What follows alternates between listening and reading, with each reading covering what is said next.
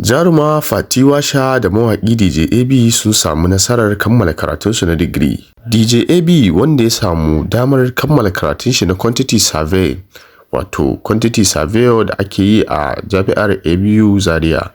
Ita kuma Fati Washa ta kammala digirin nata ne a ƙasar Cyprus, inda Jarumar Sadau ta yi nata da 'yan uwanta.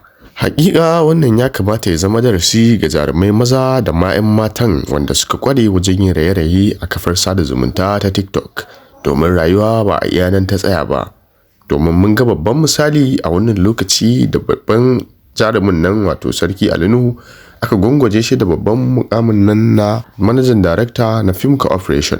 Wannan yana zuwa ne idan har mutum yana da ilimi. Kamar yadda wasu suka rinka tunani a baya cewa Fati Washa ba lalle ta iya wannan karatu ba. Sai dai Fati Washa ta ba wa maraɗa kunya, domin kuwa ta yi abubuwan da yawa matan Kannywood ba su fiye yi ba, kuma hakan ya nuna jajircewarta da kuma son yin wannan ilimi da ta yi a wannan ƙasa.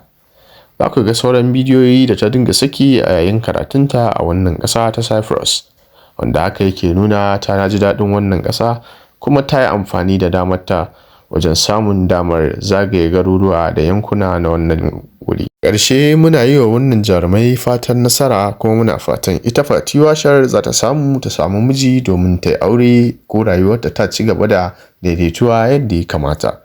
Shi kuma DJ Ab muna mishi fatan Allah ya sa ya yi amfani da kwalin shi ita ma haka a hanyar daidai da kuma yadda musulunci ya tanada.